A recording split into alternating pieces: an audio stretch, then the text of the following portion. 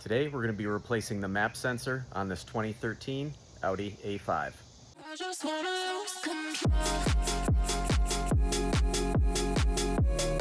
So the car has about 110,000 miles in it through a check engine light, and checked it with the VCDS, and we got a couple of codes. The main one is for P0299, boost pressure regulation, control range not reached.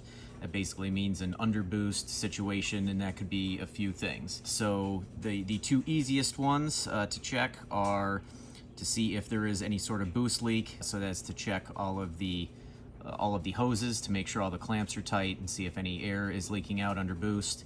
Just as easy, if not easier, is replacing the map sensor. So I have here Bosch part number 0261230208.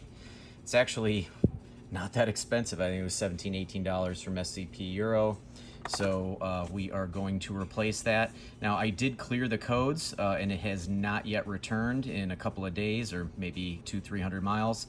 But I figure, you know, this is cheap insurance. The factory one has 110,000 miles on it, so for 18 bucks, might as well just replace it. So let's get at it. Step number one, let's pop the hood.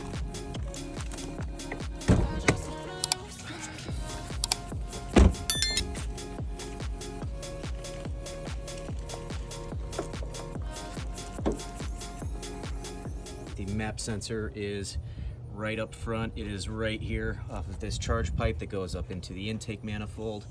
So these steps are to remove the plug here, and then there are two Torx bolts. Once we remove those, and then just reconnect. So the first step is going to be remove the connector, and then as you just push down on the tab and kind of wiggle it out. And then the next step will be to remove the two T20 screws. We have the screws out, so we're just going to pull the sensor straight out. We're going to take a look at it. Does not look bad. The O-ring actually still feels a little bit soft, but like I said, you could just clean these with a MAF cleaner, but like I said, for 17, 18, 19, 20 bucks, something like that, and 110,000 miles, I figure why not just change it. So we'll go ahead and take out the new sensor, and it is a Bosch part, brand new O-ring. Feels about the same, honestly, but what I like to do is, before I put it in, just take a little bit of Sil Glide.